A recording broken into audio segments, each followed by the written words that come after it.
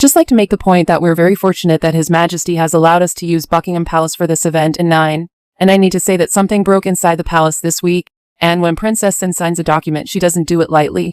She never has, but one word finally leaked that she had moved to strip Camilla of all ceremonial royal duties, not through quiet pressure, not through whispers behind closed doors, but through an emergency royal decree. The silence that followed was deafening. Something had been building for decades, and now with one stroke of a pen everything changed forever. The moment that snapped the final thread inside the palace.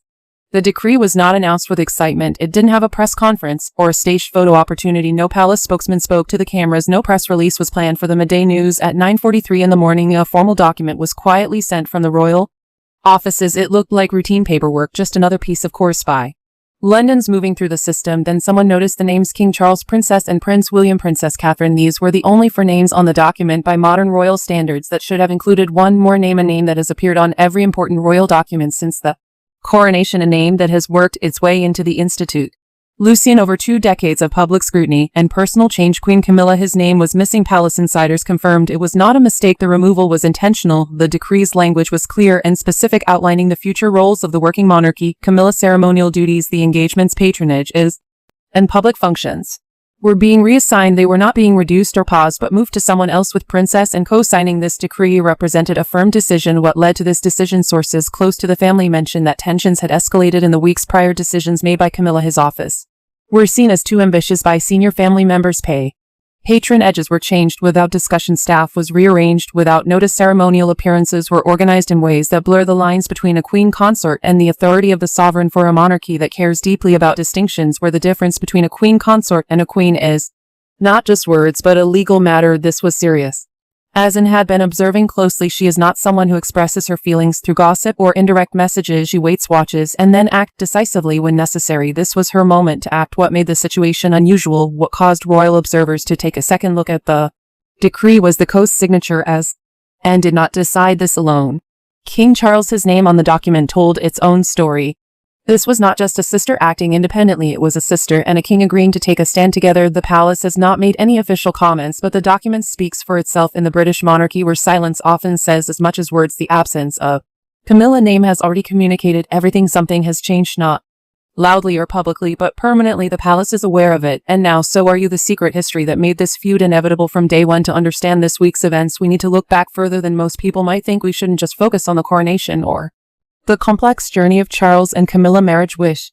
Go back to the early 1970s to a social scene of young aristocrats where 2 women became involved with the same man, leading to lasting resentment that still exists. That man was Andrew Parker Bowles. In the early 1970s, he was one of the most sought-after men in royal circles. He was charming, well-connected, and a cavalry officer with a prestigious background. He easily mingled with the upper British aristocracy. At various times, he was romantically linked to both Camilla Shand, who later became Camilla Parker Bowles, and eventually Queen Camilla, and Princess, and the details of their relationship have been dramatized and written about for years. Shows like Netflix's The Crown have added a polished touch to the story. Biographers have discussed the details extensively, but the core of this story is simple. 2 women navigated the same world, were drawn to the same man, but only one remained with him. That was 50 years ago. You might think that time would lessen those feelings, that titles, years, and families would erase the tension. However, sources who have seen Anne and Camilla interact privately say the coldness between them has never completely faded. They are skilled at exchanging insults while pretending to be friendly. One royal insider shared with a major British publication this year. They act cordial when others are watching, but their dislike for each other is well known and has been for many years. This is the personal aspect of their relationship, but there is also a professional side that might be even more important. When Camilla became part of the royal family as Charles, his wife in 2005, Princess, and was already a well-established member of the royal family. She had been serving as a senior royal since the early 1970s and took on more public engagements each year than nearly any other royal, including almost 500 in 2023 alone, and understood royal life thoroughly. Having lived it for decades, she wasn't a newcomer. She had shaped the way royal duties were carried out through her consistent and humble service. Camilla, on the other hand, joined the royal family differently.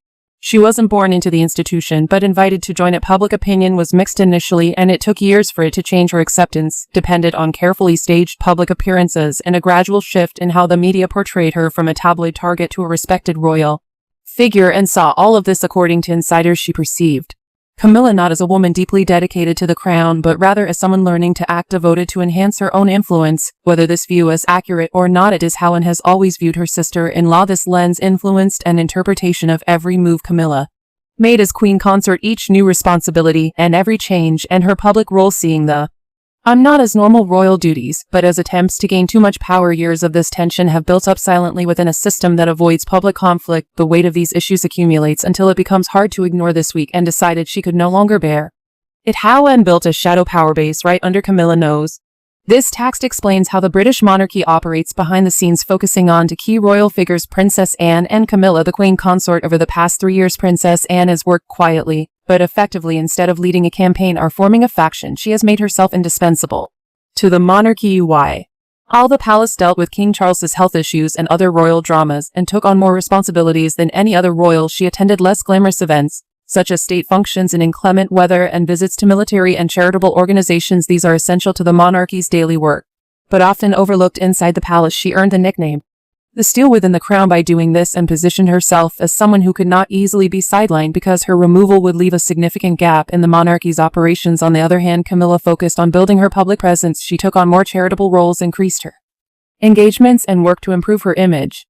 Her charity, the Queen's Reading Room, began as an online book club and became a registered charity in 2023. Over time, her public approval ratings improved significantly. At first glance, it might seem that both women were strengthening their positions in the monarchy. However, Insider suggests there is a subtle competition between them and feels that Camilla has efforts to gain public visibility clash with her view of what being a queen consort should mean for. And the role of the consort is to support the sovereign and not act independently. When Camilla began taking on duties and believed should not fall to a consort and address her concerns directly to Charles. According to reports, Prince William also shared in frustrate patience not only with the Duke and Duchess of York, but also with what he saw as Camilla acting more like a co-sovereign than a supportive consort. Despite their differences, Anne and William found common ground on this issue. When two influential members of the royal family, Charles's sister and his heir, agree on a matter, it can change the balance of power within the palace quickly and quietly. The response from the palace was not unexpected for those who were paying attention. This shift had been building for months. The emergency decree, what it said and what it left unsaid. The language of the document was careful. The British monarchy handles important changes very carefully. They avoid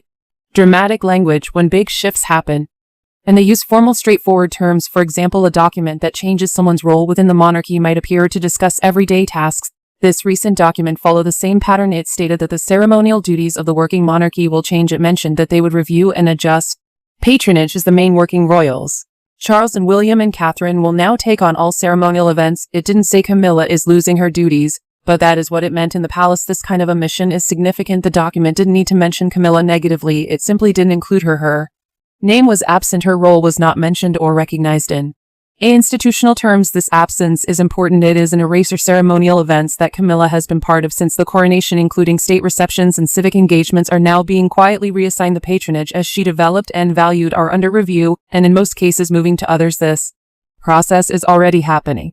It is happening in a very British way, without public confrontation or announcements, just through changes in schedules, new invitations, and shifts in calendars that the public won't see. The document also didn't change Camilla title. She remains Queen Camilla. It carefully avoided that topic, which is important because it shows what Charles and Anne were willing to do and what they weren't willing to do. This was not a removal of her title. It was a redefinition of her role. Camilla still holds the title of queen consort, is married to the king, and lives within the institution. However, the decree has reduced her to what one royal analysts called a ceremonial blank. She has a title, but is absent in function. Though there is a history of royal figures keeping their titles while losing their roles. Prince Andrew experienced this after 2019.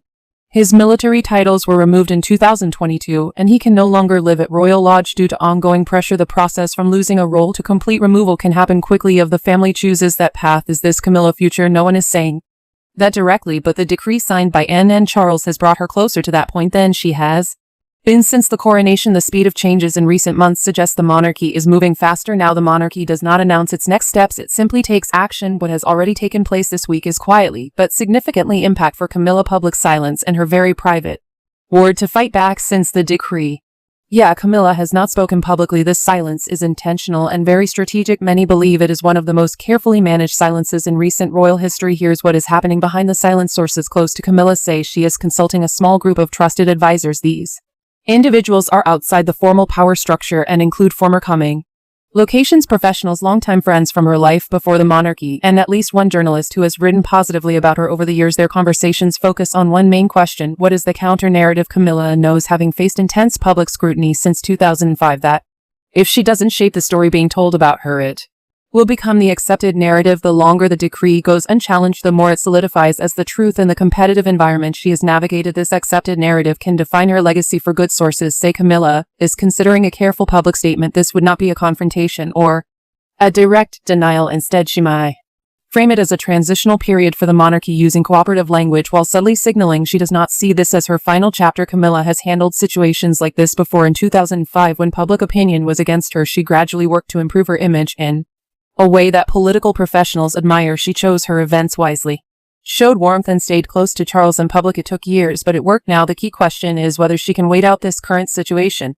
Sources close to her say it's less clear than it was in 2005. Back then she needed to win over the British public, which could be swayed over time. Public opinion is flexible in response to framing. Currently, Camilla needs to navigate her relationship with Princess Anne and does not change her views based on public opinion. She acts on what she believes the monarchy needs. If she believes Camilla should be removed from her ceremonial role, she will stand by that position regardless of positive media coverage. There's one option for Camilla that could change everything: King Charles himself, if he quietly reverses some of the effects of the decree by restoring Camilla access to royal events and decisions and answers. Institutional position would lose its power. Sources say Camilla is aware of this and is doing everything she can to make it happen. However, there's a complication: the decree carries real weight because Charles signs it. His health is also a factor in every decision the palace makes. He signed the decree indicating that he considers it important. This decision means something, so never get Camilla, despite her experience and intelligence, has yet to figure out what this means for her next steps. The new royal order: who wins, who loses, and what comes next. Let us be precise about what has actually changed. What you read in tabloids and online comments isn't the full picture. The real change is that the British monarchy has now officially condensed its working structure to 4 key figures: Charles and William and Catherine. The document that set this up shows who really holds authority in the family and emerges as a winner. But she didn't win by competing with Camilla in public or trying to sway the press. She didn't build a social media following for sympathy. Instead, for 50 years she has been exactly what the crown needed: patient, hardworking, and free of controversy. She is the most dedicated royal year after year, far longer than most people have noticed. When the monarchy needed to change, it reorganized around her. This is what real power looks like. It doesn't need to call attention to itself off. It simply continues until it makes its case through consistency. William also wins, but his victory is quieter and focuses on structure. The new decree solidifies the Wales household as the clear future of the monarchy. William and Catherine have set roles, and removing Camilla from ceremonial duties means the shift from Charles's reign to William's will be smooth, other and less complicated by the presence of someone whose public opinion is unclear. The York sisters, Beatrice and Eugenie, remain missing from this formal structure and has been their strongest supporter, pushing back against what she sees as their unfair exclusion from royal duties. However, the decree does not include them, leaving their situation unclear. In their family dynamics, 10 says for Camilla, she still holds her title, her marriage, and her position within the royal family. However, her ceremonies and patronages are fading and her schedule is becoming clearer. What's most telling is what Camilla hasn't done. She has not denied any reports regarding her role. No statements have emerged from her office saying the news is wrong, and no palace sources close to her have disputed what happened. This lack of denial suggests acceptance of the new reality. What comes next is uncertain in detail, but clear in direction. The monarchy is simplifying and focusing. It is narrowing its core around trusted figures to help carry the institution through a possible change of the king's reign due to his health. In this new setup, there is no room for a queen consort who seems to operate outside her role, regardless of how unfair that may seem to Camilla. The palace prioritizes continuity over fairness. Princess Anne, who has understood this perfectly for decades, has ensured that her name is on the document for this important change, not as an afterthought or in protest, but as a full